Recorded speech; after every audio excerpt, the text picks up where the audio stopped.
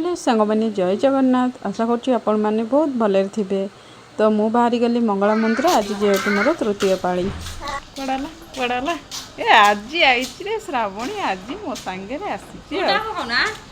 ओढ़ना पकईनी चुटीटा श्रावणी कहला ओढ़ना पकौनी मो चुटी तो सुखिनी तो मंदिर में देखो पूरा भिड़ पूजा समस्ते कर सारे कर आमे भी आसीगलु पूजा करने जो तू जगह पाइलु ये देखिलु फांका देखी बसीगलु। तो आमे तो पूजा पूजी करिया भितर तो सेठी देखु 2-4 जन आसिकी भी आमको भोग दौरान कदली जाओ फूल दौरान कहते आम टे पूजा करदे पूजा करिया जिनस तो मना करती तो आम कहलु हाँ आम भी करदेव आप खाली ये रुहतु आम टे पूजा करदेबु। तो से भी आमको टे बतईदे जोटा आमको आसेनी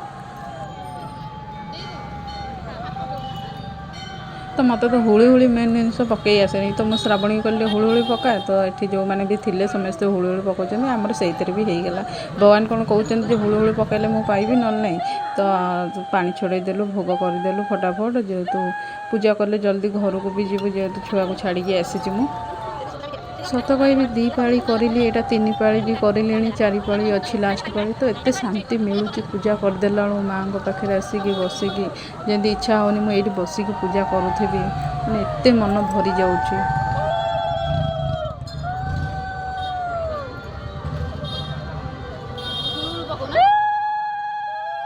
हे माँ लो माँ समस्त को भलरे रखी था बेसी करके मो पुओ जीक निर्बुद्धि आगे नहीं जाए ताको भल बुद्धि टिके दे